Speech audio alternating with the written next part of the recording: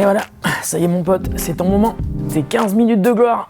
Salut à tous, c'est Nico, j'espère que vous allez bien. Moi, ça va toujours aussi bien. Aujourd'hui, la star de cette vidéo, c'est le ViewSonic X10 4K. C'est un vidéoprojecteur 4K comme son nom l'indique. On va en parler, il y a plein de choses à dire et je vais commencer par vous citer les 6 raisons qui m'ont donné envie de tester ce vidéoprojecteur. Premièrement, c'est un vidéoprojecteur 4K, mais il n'est pas vraiment 4K, mais il est quand même 4K. On va tout détailler après l'unboxing de ce vidéoprojecteur. Deuxième raison, c'est un vidéoprojecteur LED. Ça veut dire qu'il n'y a pas de lampes, qu'elles sont remplacées par des LED et donc qui dit LED dit moins de chauffe et puis une durée de vie largement supérieure à une lampe de vidéoprojecteur. Ensuite, il a un système audio qui est réputé comme étant excellent et qui en plus se transforme en enceinte Bluetooth. C'est également un vidéoprojecteur à courte focale, ça veut dire que vous n'êtes pas obligé de le mettre au fond de la pièce, mais vous pouvez le mettre sur une table de salon devant vous par exemple. Et ça change pas mal de choses quand on veut faire du home cinéma et qu'on n'a pas de salle dédiée pour. Et enfin, mais ça on le verra quand on va le découvrir ensemble, il a un design qui est très réussi. Alors c'est parti pour l'unboxing du X10 de ViewSonic. ViewSonic est un constructeur américain que vous connaissez peut-être pour ses moniteurs, mais aussi sans doute pour ses vidéoprojecteurs. Le X10 est un projecteur DLP à LED qui a un design plutôt original et qui est aussi l'un des premiers à proposer une image 4K dans un budget où l'on ne trouve généralement que des vidéoprojecteurs Full HD. Alors, le câble d'alimentation électrique,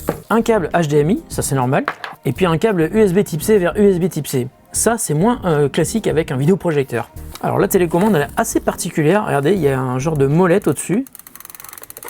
Et puis un petit slider qui permet de monter et baisser le volume. Excusez-moi, mais il est vraiment magnifique. Regardez ça! Donc sur ma liste, il y avait le numéro 6, design très réussi. J'avoue, il est très beau. Alors il y a un truc qui est un petit peu particulier, regardez, à l'arrière. Il y a une poignée pour le transporter. Alors s'il y a une poignée pour le transporter, ça veut dire que c'est pas forcément un vidéoprojecteur que vous allez installer de manière définitive dans votre salle home cinéma. Évidemment, c'est un vidéoprojecteur qui est plutôt destiné à un intérieur, donc une chambre ou un salon. Et donc le fait d'avoir mis cette poignée à l'arrière, c'est plutôt pas mal. Tiens, toujours en parlant du design, on va faire un focus sur la partie arrière. Regardez bien. Il y a un cache magnétique qui permet de protéger les entrées et les sorties sur le vidéoprojecteur. En tout cas, c'est très joli. On se croirait un petit peu sur un iPad en fait. C'est-à-dire que quand vous n'utilisez pas votre vidéoprojecteur, il ne prend pas la poussière, du moins par les entrées arrière et les sorties arrière. C'est protégé. Je trouve que c'est une très bonne idée. Alors sur le dessus, on a un bouton rotatif unique, qui est aussi un bouton poussoir qui, à mon avis, va permettre d'allumer le vidéoprojecteur. Sur les côtés, on a ce qui ressemble à un ventilateur, je ne sais pas si vous le voyez ici, et puis là peut-être ce qui est un haut-parleur. Et sur le côté droit, on a la même chose, un ventilateur, et puis aussi ce qui ressemble à un haut-parleur. Ça veut dire qu'il y aurait 2 haut-parleurs, ce seraient des haut-parleurs stéréo sur ce vidéoprojecteur. Waouh, c'est plutôt pas mal. À l'avant, vous le voyez, la partie optique, et c'est bizarre parce que ça se ferme pas en fait. Il y a une protection en verre qui est devant l'objectif, mais il n'y a pas de système pour fermer l'objectif. Donc voilà, le truc sera tout le temps visible. Et dessous, il y a un système qui permet de surélever l'avant du vidéoprojecteur avec apparemment 2 positions. Ça, c'est la position la plus haute et ça c'est la position la plus basse, mais il y a un pas de vis, ce qui permet de mettre peut-être un autre système pour surélever le vidéoprojecteur. Alors nous voici maintenant sur la face arrière du vidéoprojecteur. Il y a un truc qu'on remarque tout de suite, c'est ce Wi-Fi dongle. Alors c'est lié à ça, c'est une clé Wi-Fi qui est livrée avec, c'est-à-dire qu'ils n'ont pas intégré le Wi-Fi directement dans le vidéoprojecteur. Je comprends pas pourquoi. En tout cas, bon, mais quand on met la clé Wi-Fi à l'intérieur, il suffit tout simplement de fermer et on va dire que c'est comme s'il y avait une clé Wi-Fi qui était intégrée dans le vidéoprojecteur. Peut-être que c'était une option au départ et que finalement ils l'ont rendu de série. Pourquoi pas? En tout cas, bon, maintenant il est Wi-Fi. Ensuite, il y a une sortie SPDIF, donc numérique. Il y a une audio out et une audio in, tous les deux en jack. Il y a une prise HDMI 1 qui est en HDCP 2.2, donc compatible 4K HDR. Une deuxième prise HDMI qui est aussi HDCP 2.2, donc également compatible HDR. HDCP, ça veut dire que c'est compatible avec des sources numériques qui sont protégées, par exemple les Blu-ray, Netflix, Apple TV, etc. Ensuite, il y a une prise USB Type C. C'est assez original, j'ai jamais vu ça sur un vidéoprojecteur. Je sais pas à quoi ça va servir. Peut-être à brancher mon MacBook Pro dessus, ça serait vraiment une bonne idée. Et puis il y a un slot micro SD qui permet donc de mettre une carte micro SD pour diffuser des contenus qui seraient directement enregistrés sur la carte micro SD. Alors en plus du dongle Wi-Fi qui est ici, il y a une prise Ethernet, ça aussi c'est une bonne nouvelle, ça va permettre de se passer du Wi-Fi. Et enfin on a 2 autres prises USB, mais cette fois-ci format USB-A, une prise qui est compatible 2.0 et une prise qui est compatible 3.0. Il y a également une prise Kensington qui permet de mettre un verrou pour qu'on se fasse pas piquer son vidéoprojecteur, et puis un capteur infrarouge qui permet donc de faire fonctionner la télécommande. Et c'est assez logique qu'elle soit derrière parce que c'est un projecteur qui a courte focale, donc en toute logique il sera devant vous. Voilà, écoutez, un beau bébé déjà, au niveau du design je trouve que c'est vachement réussi. Maintenant on va aller brancher ce vidéoprojecteur, on va le mettre ici, je vais aller chercher mon écran, on va faire des tests et on va voir ce que ça donne. Et puis surtout on va devoir parler de cette fameuse affaire de la 4K qui n'est pas de la 4K mais qui est quand même de la 4K. Ouais, il faut en parler.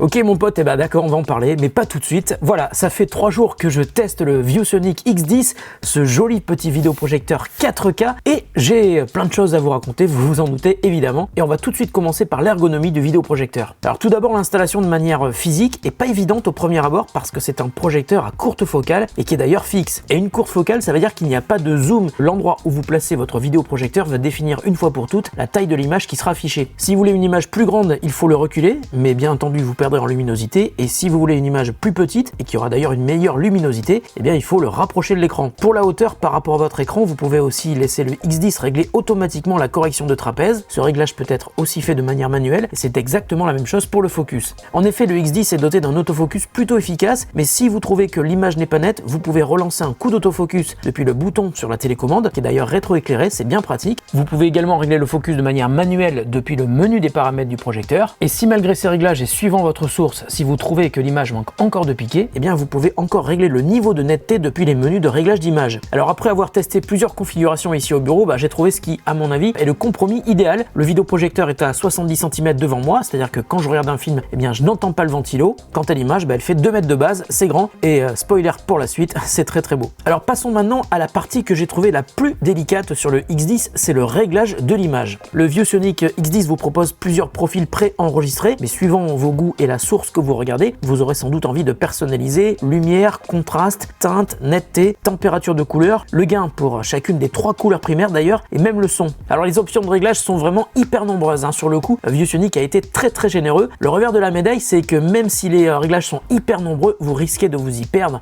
parce qu'il y a tellement d'options possibles qu'au bout d'un moment, on n'arrive plus à voir si l'image est belle ou pas. Donc il faut y passer du temps, mais ça vaut clairement le coup. J'ai d'ailleurs remarqué un détail étonnant dans les réglages d'image. Avec tous les réglages par défaut, les vidéos tournées en 25 images par seconde sont tellement fluides qu'on dirait qu'elles ont été tournées en 50 images par seconde. Il y a donc une interpolation de trame par défaut qui donne un aspect très vidéo et que vous aurez sans doute envie de désactiver si vous recherchez une image plus cinéma. Donc je vous conseille, si vous voulez régler votre vidéoprojecteur aux petits oignons, d'utiliser une mire de réglage d'image qui est vraiment faite pour ça. Alors maintenant, on va parler de l'aspect le plus bluffant de ce vidéoprojecteur, c'est sa capacité à diffuser des images en 4K. Mes vidéos étant publiées en 4K et comme j'ai l'habitude de ces images parce que je les connais par cœur, évidemment c'est moi qui les tourne, c'est moi qui les monte et c'est moi qui les regarde sans doute plus souvent que vous, j'ai pu me rendre compte de l'efficacité impressionnante de la manière dont ce vidéoprojecteur arrive à afficher de la 4K avec une matrice qui n'est pourtant que 1080p, c'est tout simplement extraordinaire. Toutes les vidéos que j'ai testées ont donné un rendu de très bonne qualité, mais avec tout de même une réserve. Il y a tellement de réglages possibles, comme je vous ai dit, qu'on peut vite s'y perdre et ne plus arriver à savoir si l'image est belle ou trop artificielle. Donc je vous le redis, il est vraiment indispensable de passer beaucoup de temps pour trouver les meilleurs réglages d'image. Donc finalement, cette 4K à partir d'une matrice 1080p, comment ça marche? Eh bien, imaginez que vous avez un pixel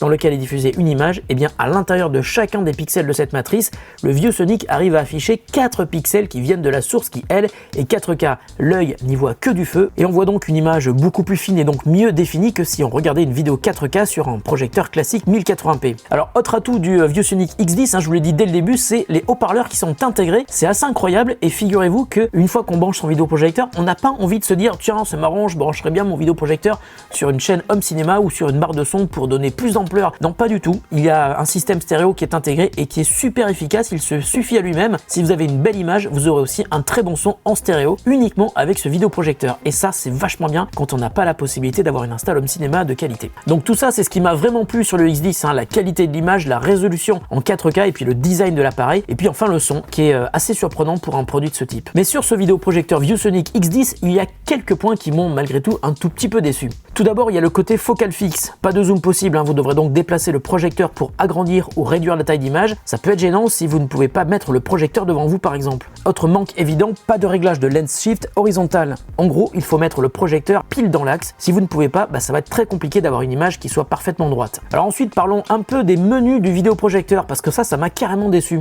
La navigation dans les menus est rapide, elle est agréable, mais l'interface est vraiment spartiate. Et le fait de devoir passer par Aptoide pour installer des applis, c'est un choix qui ne fait pas honneur à la qualité globale de ce vidéoprojecteur et c'est vraiment dommage. Malgré tout, on peut régler ce problème pour environ 50 €. C'est le prix de la Xiaomi Mi Box S qui est pour moi la meilleure box 4K HDR du marché. J'ai aussi trouvé que la qualité était vraiment exceptionnelle quand on regarde par exemple des contenus 4K qui proviennent de Netflix ou de YouTube sur la Mi Box S 4K HDR. Donc la Mi Box S 4K plus le ViewSonic X10, ça fait carrément une sacrée équipe. Et un détail que j'ai légèrement évoqué quand on a présenté l'arrière du vidéoprojecteur, il y a donc cette fameuse prise USB Type-C qui est à l'arrière. J'ai branché mon MacBook Pro dessus et c'est incroyable, l'image est géniale. Quand on passe une une vidéo, qu'elle soit en 4K ou qu'on regarde des vidéos sur YouTube, c'est magnifique. Enfin, un point de détail qui va intéresser les gamers, mais que j'ai aussi remarqué en utilisant mon ordinateur branché directement sur la prise USB type C. Alors effectivement, ça marche super bien, mais il y a un tout petit temps de latence, à peu près 150 millisecondes, entre les données qui sont affichées sur l'ordinateur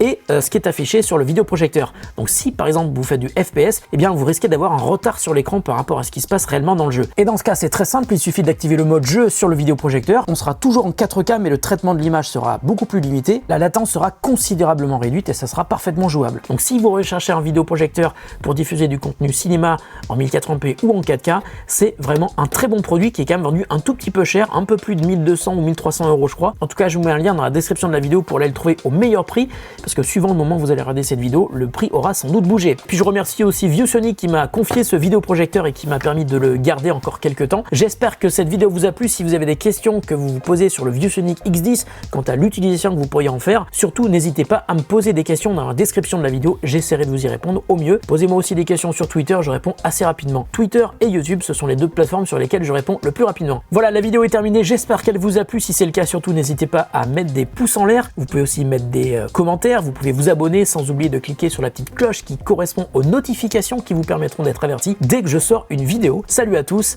amusez-vous bien et puis surtout bon cinéma si vous choisissez d'acheter un beau vidéoprojecteur comme celui-ci. Salut!